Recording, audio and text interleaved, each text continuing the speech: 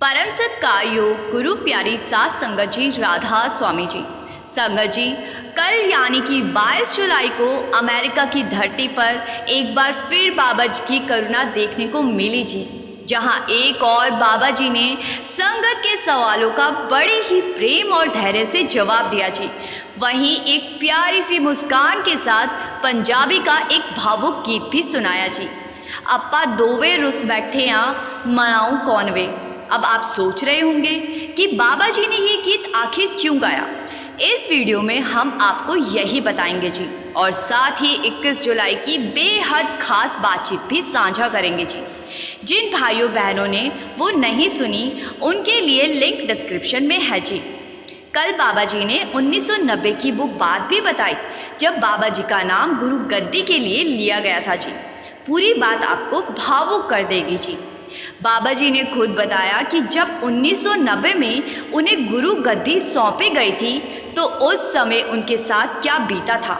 उन्होंने बताया कि लोग उन्हें उससे पहले किस नज़र से देखते थे, और जब हजूर महाराज जी ने उनका नाम लिया तब किस तरह चीज़ें बदल गई।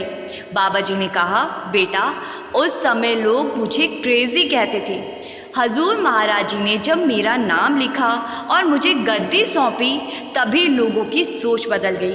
फिर वही लोग कहने लगे, अब तो इसे लाइसेंस मिल गया है, अब ये अपनी प्रैक्टिस कर सकता है। यानी पहले मुझे जो लोग समझ नहीं पाए वही अब मेरी कद्र करने लगे। बाबा जी ने ये बात बड़े सहज अंदाज में इंग्लिश में कही थी जी। तो आइए कल 22 जुलाई के सवाल जवाब शुरू करते हैं जी। एक बहन ने बाबा जी से बड़ी भावुकता से पूछा, बाबा जी मेरे पापा पहले भजन सिमरन किया करते थे, सेवा में लगे रहते थे, लेकिन अब जैसे उनकी राह बदल गई है, उनका ध्यान अब कहीं और भटक गया है। मैं उन्हें बहुत चाहती हूँ बाबा जी, क्या आप कृपा करके उन्हें फिर से अपनी शरण में नहीं ले सकते। बाबा जी ने उसका जवाब हजूर जी के हवाले कर दिया। तो हजूर जी ने कहा, बेटा जो भजन सिमरन में लगा रहता है उसका उद्धार निश्चित है, लेकिन वो आत्माएं जो रास्ते से भटक जाती है उनका भी आखिरकार बेड़ा पार ही होता है। फ़र्क बस इतना है कि उन्हें थोड़ी ज़्यादा तकलीफ़ें सहनी पड़ती है। फिर हजूर जी ने एक बड़ा ही सुंदर सा उदाहरण सुनाया जी। बेटा मान लो एक दुपट्टा कांटों में उलझ गया हो। अब अगर हम उसे झटके से खींचे तो वो फट जाएगा, लेकिन अगर हम धीरे धीरे हर कांटे से उसे अलग करें तो ना सिर्फ दुपट्टा सलामत रहेगा बल्कि हम उसे सही सलामत बाहर भी निकाल लेंगे। ठीक वैसे ही अगर कोई आत्मा भटक जाए तो उसे ज़बरदस्ती खींचकर नहीं लाया जा सकता। उसे प्रेम और धीरज से अपने कर्मों की गांठें खोलनी पड़ती है। अगर आप खुद अपने आचरण से एक मिसाल बनेंगे तो वो अपने आप प्रेरित होंगे। फिर उनका दिल भी कहेगा, मैं भी नाम जपूं, मैं भी उस रास्ते पर लौटूं। फिर हजूर जी ने बड़ी ही सादगी से कहा, बेटा मालिक किसी को भी अकेला नहीं छोड़ता, सबकी संभाल होती ही है। हाँ कुछ रुकावटें कुछ दुख ज़रूर आते हैं, लेकिन वो भी किसी बड़े भले के लिए ही होते हैं। संगत जी आपको याद होगा बाबा जी अक्सर बुलडोज़र की मिसाल देते हैं, और कल पेंटालूमा में हजूर जी ने वही बात फिर दोहराई।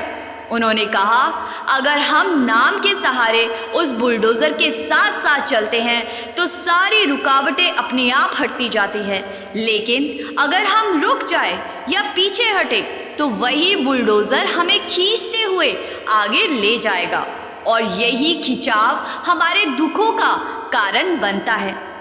फिर आगे एक बीवी ने भावपूर्ण गुजारिश की, बाबा जी कृपा करके आप हम सबको सचखंड ले चलिए, आप ही हमें वहाँ तक पहुँचाइए।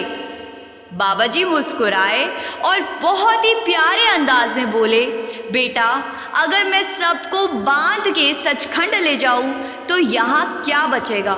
मालिक ने इस धरती को भी किसी मकसद से बनाया है, अगर सब चले गए तो मैं यहाँ अकेला क्या करूँगा। ये सुनते ही वहाँ मौजूद संगत ठहाकों में हंस पड़ी थी जी, और बाबा जी की मुस्कान और भी गहरी हो गई थी जी। बाबा जी ने फिर बड़ी गहराई से कहा, बेटा, हर एक आत्मा को उसकी यात्रा पूरी करके वापस जाना होता है। मालिक की योजना बड़ी है और हर किसी की भूमिका उसमें तय है। इसके बाद एक भाई ने पूछा, बाबा जी, आप इटली क्यों नहीं आते? हम वहाँ बड़ी शिद्दत से आपका इंतज़ार करते हैं। बाबा जी ने मुस्कुराकर जवाब दिया, भाई, जब मैं इटली आता हूँ तो वहाँ लोग खड़े होकर पूछते हैं, बाबा जी, आप अमेरिका कब आएंगे? अब जब मैं अमेरिका आ गया हूँ तो आप पूछ रहे हैं इटली कब आएंगे? फिर हंसते हुए बाबा जी बोले, जहाँ मालिक का हुक्म होता है मैं वहीं पहुँच जाता हूँ, और हाँ, इटली भी ज़रूर आऊँगा। फिर आगे एक और भाई ने अपने दिल की उलझन बाबा जी के सामने रखी जी। बाबा जी, मेरी और मेरी पत्नी के बीच अक्सर बहस हो जाती है, कृपया कोई उपाय बताइए। बाबा जी मुस्कुराए और बड़े ही हल्के फुल्के लहजे में बोले, बेटा, अगर तुम्हारी पत्नी कुछ कहती है तो सुन लिया करो। आजकल वैसे भी बेटियों का ज़माना है। पहले मर्दों का राज चलता था, अब बेटियां राज कर रही है।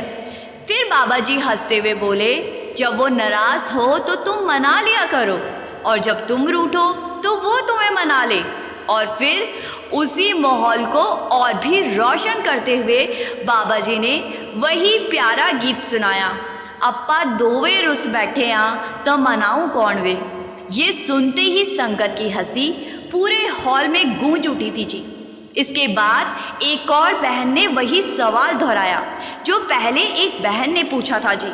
बाबा जी, मेरे पति पहले इस राह पर थे, अब वो भटक गए हैं, क्या आप उन्हें वापस इस राह पर ला सकते हैं? बाबा जी ने बड़े स्ट्रिक्ट उदाहरण के साथ समझाया जी, बेटा, जैसे कोई चरवाहा अपनी बकरियों को जंगल में चराता है, और अगर कुछ बकरियां भटक भी जाए तो वो उन्हें छोड़ता नहीं है। वो उन्हें ढूंढकर फिर से अपने झुंड में जोड़ लेता है और जहां वो चाहता है वहीं पहुंचाता है। अगर कोई अपने रास्ते से भटक भी गया हो तो मालिक की नज़र कभी भी उससे हटती नहीं है। वो धीरे धीरे अपने समय पर उस आत्मा को फिर से उसी राह पर ले आता है। फिर बाबा जी ने बहुत ही प्रेम से संगत की ओर देखते हुए कहा, बेटा, अगर मालिक की दया से किसी को नामदान मिल गया है तो भले ही वो जीवन के किसी मोड़ पर रास्ते से भटक जाए, फिर भी उसकी देखभाल ज़रूर होती है। फ़र्क सिर्फ इतना है कि नामदान मिलने से पहले वो मालिक की ओर बढ़ रहा होता है, लेकिन नाम मिलने के बाद मालिक खुद उसकी रक्षा करता है। यही बात जब बाबा जी ने समझाई तो वो बहन जिसने पहले अपने पापा के भटकने का जिक्र किया था फिर से खड़ी हुई और बड़ी ही मासूमियत से पूछने लगी, बाबा जी, क्या मैं अपने पापा की ओर से अतिरिक्त भजन सिमरन कर सकती हूँ? क्योंकि अब वो खुद ध्यान नहीं करते। क्या मैं उनकी तरफ से साधना करके कुछ मदद कर सकती हूँ? बाबा जी ने बिल्कुल स्पष्ट लहजे में समझाया, बेटा, ऐसा नहीं हो सकता। जैसे किसी और के खाने से हमारी भूख नहीं मिटती, ठीक वैसे ही किसी और के भजन सिमरन से हमारी आत्मा को शांति नहीं मिल सकती। फिर बाबा जी ने मुस्कुरा कर कहा, अगर ऐसा संभव होता तो रास्ता बहुत आसान हो जाता, फिर तो हम दूसरों से ही अपना सारा भजन सिमरन करवा लेते। सोचो कितना आसान होता ना। लेकिन नहीं बेटा, आत्मिक यात्रा एक व्यक्तिगत प्रयास है। हर आत्मा को अपनी कमाई खुद करनी होती है। किसी और की कमाई हमारे काम नहीं आ सकती।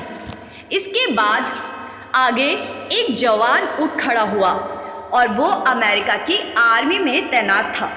उसकी आंखों पे पश्चाताप झलक रहा था।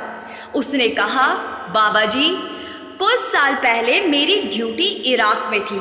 वहाँ हालात ऐसे बन गए कि मुझे कई बार गोलियाँ चलानी पड़ी। कुछ लोगों की जान भी चली गई। आज भी उस बात का दुख मेरे दिल में है। मैं ऐसा नहीं करना चाहता, लेकिन मेरी ड्यूटी का हिस्सा था। क्या ये सब मेरे कर्मों में शामिल हो गया है? क्या मुझे इसका फल भुगतना पड़ेगा? बाबा जी ने बहुत ही संतुलन और गहराई से जवाब दिया, बेटा, जिंदगी में कभी कभी हम ऐसी नौकरियों में होते हैं जहां हमें दूसरों की आज्ञा माननी होती है, चाहे हमारा मन उसे करने से इनकार करता हो। फिर बाबा जी ने कुछ प्रेरणादायक उदाहरण दिए जी। बाबा जी ने कहा, बाबा जयमल सिंह जी भी फौज में रहे थे और महाराज सावन सिंह जी भी सेना में अपनी सेवा दे चुके थे। इसका मतलब ये नहीं कि उन्होंने कोई बुरा कर्म किया है। वो काम उस समय की परिस्थिति और ड्यूटी का हिस्सा था। बाबा जी ने आगे एक उदाहरण देते हुए समझाया, जैसे एक जज को कानून के अनुसार किसी को फांसी की सजा सुनानी पड़ती है, इसका मतलब ये नहीं कि उस सजा के कर्म जज के ऊपर चढ़ते हैं। उसका काम है न्याय करना, अपनी ड्यूटी निभाना। उसी तरह एक फौजी का फर्ज होता है कि वो अपनी जिम्मेदारियां निभाए बिना किसी निजी भावना के। जब हमारी नीयत साफ हो और हम पूरी ईमानदारी से अपना कार्य करें तो बाकी हिसाब किताब तो मालिक खुद देख लेता है। इसके बाद एक बहन खड़ी हुई और उसने बाबा जी से बहुत ही निजी सवाल किया। वो कहने लगी, हजूर जी, मैं बच्चा पैदा नहीं करना चाहती, लेकिन मेरे घर वाले इस बात के लिए दबाव डालते हैं। मुझे नहीं समझ आता कि मैं क्या करूं। हजूर जी ने उस सवाल को बड़ी ही गंभीरता और स्पष्टता से लिया। उन्होंने कहा, बेटा, ये फैसला पूरी तरह से आपका निजी मामला है। इसका संत मत से कोई संबंध नहीं है। आप बच्चे को जन्म देना चाहती है या नहीं, ये तय करने का अधिकार आपको और आपके परिवार को मिलकर करना होगा।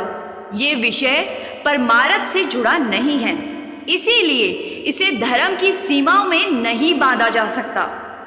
फिर आगे एक और बहन खड़ी हुई। वो बड़ी भावुकता से कहने लगी, हजूर जी, मुझे बहुत चिंता रहती है। मैं दवाइयाँ भी ले रही हूँ, लेकिन दिल से नहीं चाहती कि मैं इन डिप्रेशन की गोलियों पर निर्भर रहूँ।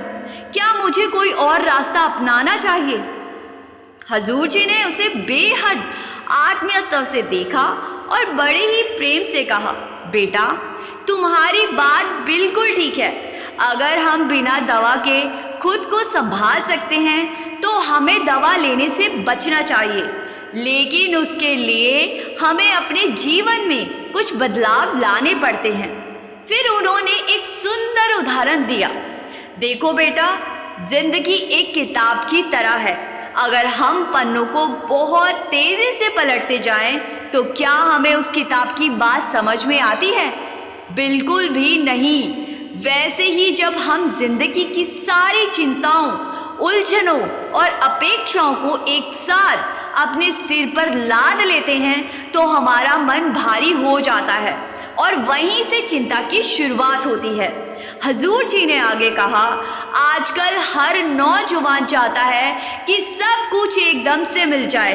तरक्की, आराम, सफलता सब जल्दी से जल्दी मिल जाए। लेकिन बेटा, हर चीज़ अपने समय से ही मिलती है और होती है। जैसे पेड़ को फल देने में वक्त लगता है, वैसे ही जीवन के परिणाम भी धीरे धीरे सामने आते हैं। उन्होंने कहा, अगर हम ये मान लें कि एक ही झटके में सब हासिल किया जा सकता है तो ये सोच ही परेशानी की जड़ है। जिंदगी को धैर्य और समझदारी के साथ जीना पड़ता है। जब हम जल्दबाजी करते हैं तब ही मन बेचैन होता है और चिंता जन्म लेती है। फिर हजूर जी ने हल्के से मुस्कुराते हुए एक मजाकिया बात जोड़ दी, तुम लोग बहुत भाग्यशाली हो बेटा।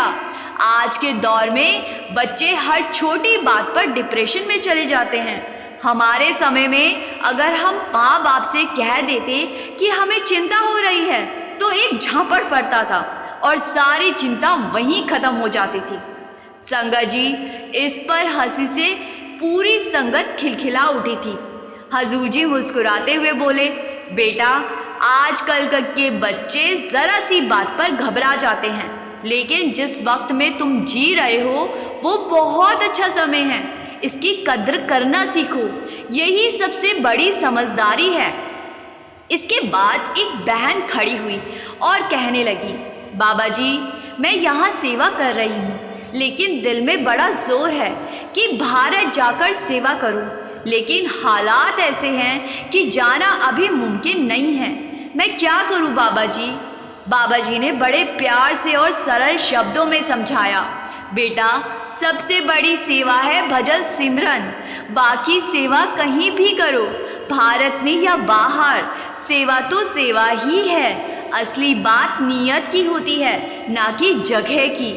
मालिक भाव देखता है, स्थान नहीं। बाबा जी ने आगे कहा, देखो बेटा, इंसान जब से इस धरती पर आया है तब से सिर्फ मांगना सीखा है, लेकिन सेवा एक ऐसा रास्ता है जो हमें देना सिखाता है। और जब दिल से देने की भावना जगती है तो इंसान खुद ब खुद मालिक की ओर बढ़ने लगता है। बाबा जी ने कहा, तो ये मत सोचना कि इंडिया में सेवा करोगे तो ज़्यादा फल मिलेगा और यहाँ करोगे तो कम। नहीं बेटा, जहाँ भी सेवा करो, अगर भावना शुद्ध है, अगर भावना साफ है, अगर भावना सच्ची है तो उसका फल बराबर मिलता है। फिर आगे एक विदेशी भाई खड़ा हुआ और बोला, हजूर जी, जब मेरा परिवार आपको देखता है तो सबकी आंखें भर आती है, लेकिन मैं कभी नहीं रोता। न जाने क्यों ऐसा होता है। हजूर जी मुस्कुराए और हल्के अंदाज में कहने लगे, you are a cool person. पूरी संगत हंस पड़ी और वो भाई भी मुस्कुरा उठा था। इसके बाद हजूर जी ने समझाया, हर किसी की भावनाएं अलग होती है। कोई बाहर से रोता है, कोई भीतर से मुस्कुराता है, कोई आंखों से भाव जताता है, कोई मन से जताता है। इसीलिए तुलना मत करो, जो तुम्हें सच्चा लगे वही रास्ता पकड़ो। फिर आगे किसी ने बाबा जी से सवाल किया, बाबा जी, आजकल हम अगर किसी को डेट करें या किसी लड़की से दोस्ती करें तो क्या ये ठीक है?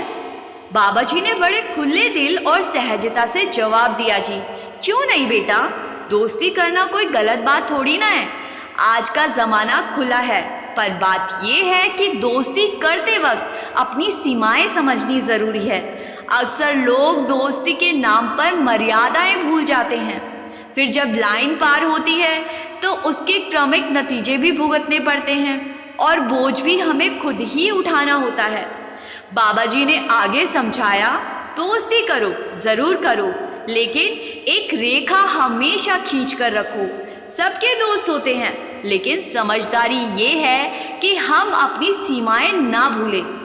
फिर आगे किसी ने बाबा जी से सवाल किया, बाबा जी, जब आप दोनों साथ आते हैं तो हमारे दिल को बहुत शांति और आनंद मिलता है। हमें ऐसा लगता है जैसे हमें दो सद्गुरु के दर्शन मिल गए। बाबा जी मुस्कुराते हुए कहने लगे, तो क्या जब मैं अकेला आता था तब दर्शन नहीं होते थे? इस बात पर सारी संगत हंस पड़ी थी जी। फिर आगे किसी ने सवाल किया, आप दोनों बहुत ही सुंदर लगते हैं। बाबा जी ने हल्के फुल्के अंदाज में कहा, अब मैं तो बूढ़ा हो गया हूँ, अब तुम लोग इस जवान को देखो, ये तो हमेशा हंसता ही रहता है, अब ये ही तुम्हें पार लगाएगा। बाबा जी ने एक और बात कही जी, जिससे सबका ध्यान खिंच गया। बाबा जी ने कहा, जिस दिन इसने डंडा उठा लिया ना, उस दिन तुम सबकी शामत आ जानी है। सारी संगत एक पल को शांत हो गई। फिर एक युवक को किसी सवाल पर बाबा जी ने जोरू का गुलाम कहा, तो ये भाई कहने लगा कि बाबा जी, आप मुझे जोरू का गुलाम मत कहो, हम दोनों एक गाड़ी के ही दो पहिए हैं। अगर वो तेज़ चलती है तो मुझे भी तेज़ चलना पड़ता है, अगर वो धीमे चलती है तो मैं भी धीमा हो जाता हूँ। बाबा जी ने हल्के अंदाज में कहा, नहीं बेटा, ऐसे नहीं होता। युवक ने फिर मजाक में कहा, बाबा जी आप गलत हो। इस पर संगत हंसने लगी थी जी, और बाबा जी भी मुस्कुरा पड़े थे जी। उसके बाद यही युवक बाबा जी से कहने लगा, बाबा जी कृपा करके मुझे नामदान दे दीजिए। बाबा जी ने कहा, बेटा ये भी अपनी पत्नी से पूछ लो कि नामदान लेना है या नहीं। ये सुनकर भी संगत फिर से हंसने लगी थी जी। फिर आगे एक भाई जो कनाडा के वैंकूवर से था, उसने बाबा जी से सवाल किया जी, बाबा जी आपको यहाँ आने के लिए तो सिर्फ 2 टिकटें लगती है, लेकिन हमें कितनी सारी टिकटों की ज़रूरत पड़ती है। हम तो अभी कच्चे हैं, अमेरिका तक भी नहीं आ सकते। बाबा जी ने हंसते हुए कहा, बिल्कुल सही कहा, हमें तो सिर्फ 2 टिकटें ही लगती है। लेकिन सोचो बेटा, अगर तुम्हें सब कुछ यूं ही मिल जाए तो उसकी कद्र कैसे होगी। जो चीज़ मेहनत से मिलती है उसकी अहमियत ज़्यादा होती है। बाबा जी ने साफ शब्दों में कहा, जितनी तड़प होगी उतना ही आनंद आएगा, और जितनी गहराई से तड़पोगे उतनी जल्दी अंदर से दर्शन होंगे। बिरहा के साथ ही दर्शन मिलते हैं। संगत जी ये सवाल जवाब कल 22 जुलाई को हुए थे जी। संगत जी से विनती है, कमेंट में राधा स्वामी लिखना मत भूले जी। और अगर अभी तक आपने इस चैनल को सब्सक्राइब नहीं किया है तो प्लीज़ ज़रूर कर लीजिए जी। गुरु प्यारी सास संगत जी, राधा स्वामी जी।